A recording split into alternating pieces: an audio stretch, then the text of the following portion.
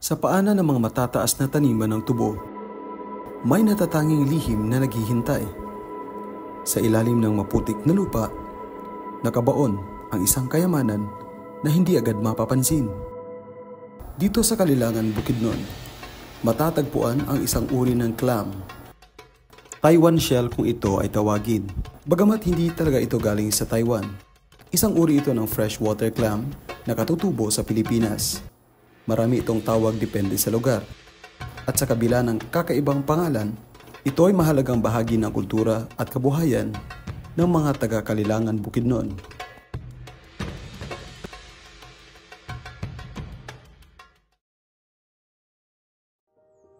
Ito ang barangay San Vicente Ferrer, dito sa Kalilangan Bukidnon. Dito, sariwa ang hangin at ang tanawin ay nakakaengganyo. Pero para makarating sa kailaliman kung saan makikita ang mga Taiwan shell, kailangan mo munang bumaba sa mahirap na daan.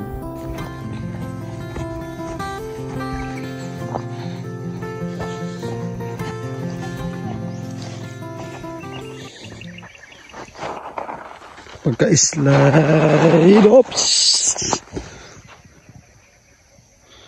Malapit na. Malapit na tayo.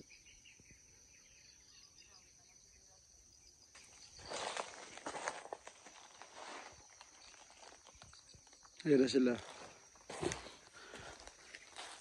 Grabe ka. Ako ang dala, no?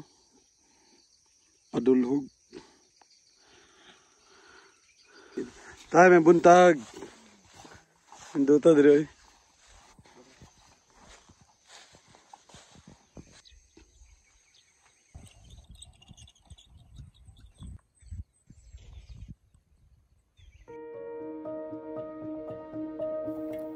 Kung may isang tao na masasagot ang tanong tungkol sa pinagmula ng Taiwan shell sa lugar na ito, si Mang Berting ang dapat tanungin. Ayon sa kanya, wala raw mga Taiwan shell dito noon. May mga dayuhan daw na napadpad sa kanilang lugar, dala ang Taiwan shell. At sa araw na ito, may isang pamilya akong kasama na tutulong sa akin na maghanap ng mga Taiwan shell.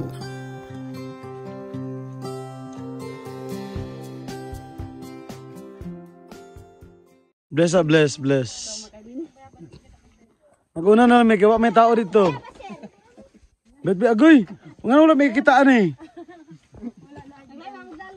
Alabay. Bet papaka na bet be. Tirik na ang araw. At para hindi kami maabutan ng matinding init, minabuti naming simula na ang paglalakbay. May mga 20 minutes lang daw ang layo ng lugar kung saan naroon ang mga Taiwan shells.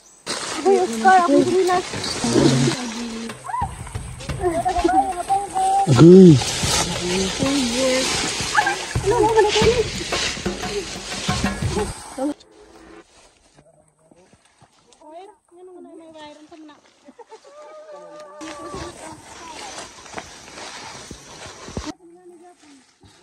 Taiwan shell hunters.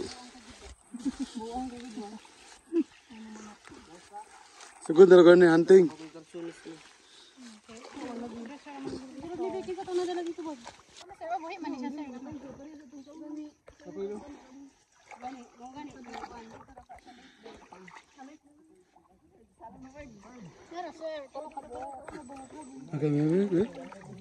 Wow. Ano siya purpose ani? Naay gagamitan ano yun? Wala. Wala man. Tubo na siya sa mga basakan. Pagsama dapat din. Pagsama.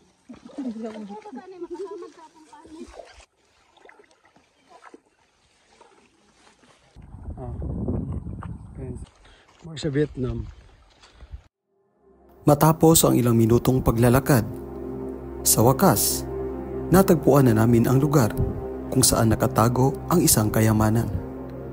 Talaba sa putik. Magtatagumpay kaya kami sa araw na ito? Makakakuha kaya kami ng mga Taiwan shell? Puno man kami ng pag-asa, ngunit di tayo nakasisiguro sapagkat ang putik ay may sariling misteryo. Tatsada sa view dito.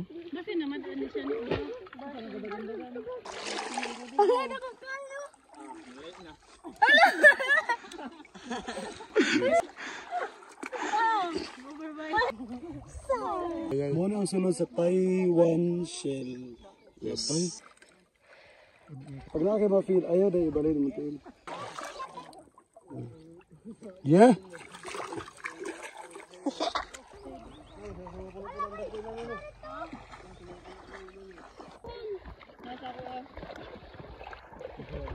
Nagadagan.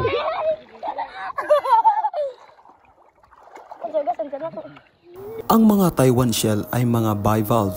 Ibig sabihin, may dalawang valvula o shell ang katawan nila. Hermaphrodite. Ito ang tawag sa mga Taiwan shells. Ibig sabihin, mayroon silang kapwa panlalaki at pambabaeng organs, kaya nagagawa nilang magparami sa isang kakaiba at kamangamanghang paraan. Bagamat mayroon silang kapwa panlalaki at pambabaeng organs, ang mga hermaphrodite ay kadalasang nangangailangan pa rin ng isang kapareha para magparami. Ilan?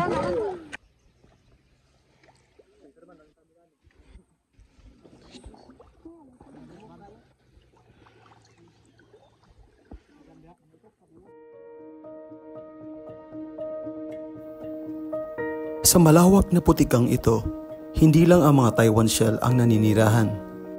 Ito ay ang kuhol. Ang mga kuhol ay kilalang kumakain ng palay. Dahil sa pagkain nila ng palay, itinuturing silang peste ng mga magsasaka. Pero may mahalaga ring papel ang mga ito sa ating ecosystem.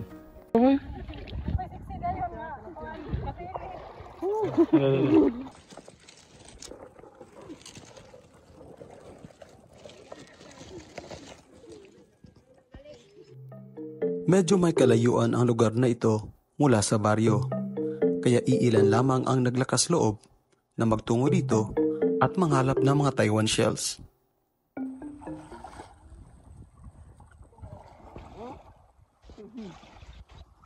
Matapos ang ilang oras na pagbabad sa putik, sa wakas, matitikman na ang biyaya ng kalikasan. Ang sakong kanina ay walang laman. Sa bigat nito, mahihirapan kang magpasan.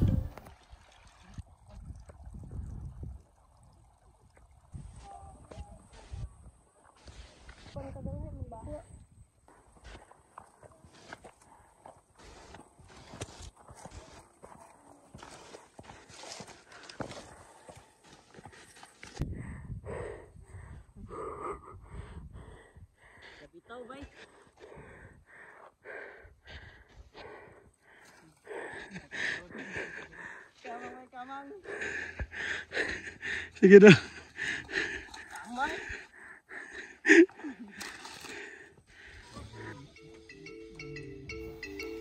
Karaniwang 3 hanggang 4 na araw na binababad ang Taiwan shell sa tubig para matanggal ang putik at dumi sa kanilang katawan. Pero ngayong araw na ito, pagkatapos naming mag-ani, napagpasyahan naming lutuin agad ang mga ito. Sa kadahilanan, wala kaming ulam para sa tanghalian. Medyo maselan ang pagluluto ng Taiwan shell. Pagkatapos pakuluan, kailangan muna itong linisin ng maayos bago muling lutuin. Ang prosesong ito ay mahalaga para maalis ang anumang natitirang putik at dumi at para mapanatili ang sarap at kalinisan ng mga talaba. Kanya ayang gabuhaton nga ko ano gugaw. Ante! Ante! Tingkad! Kunahan namin sa balay, no? Ito malabi. Naumahan ko yung labi. Ito mo lang. Dahil yung naling. Wow naman.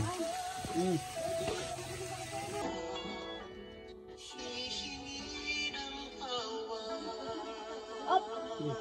Pagkait, kita mas kamera. Kumusta lasa? Kurahan. Lame, lame kayo? Lami kayo, ano ba? Lami kayo. Agalod. Ang bilin remo. Ang bilin remo.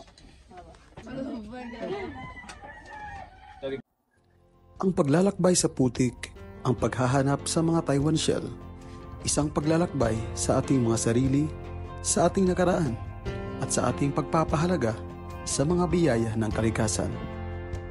Ito po si Ken, at ito ang Ken Stories.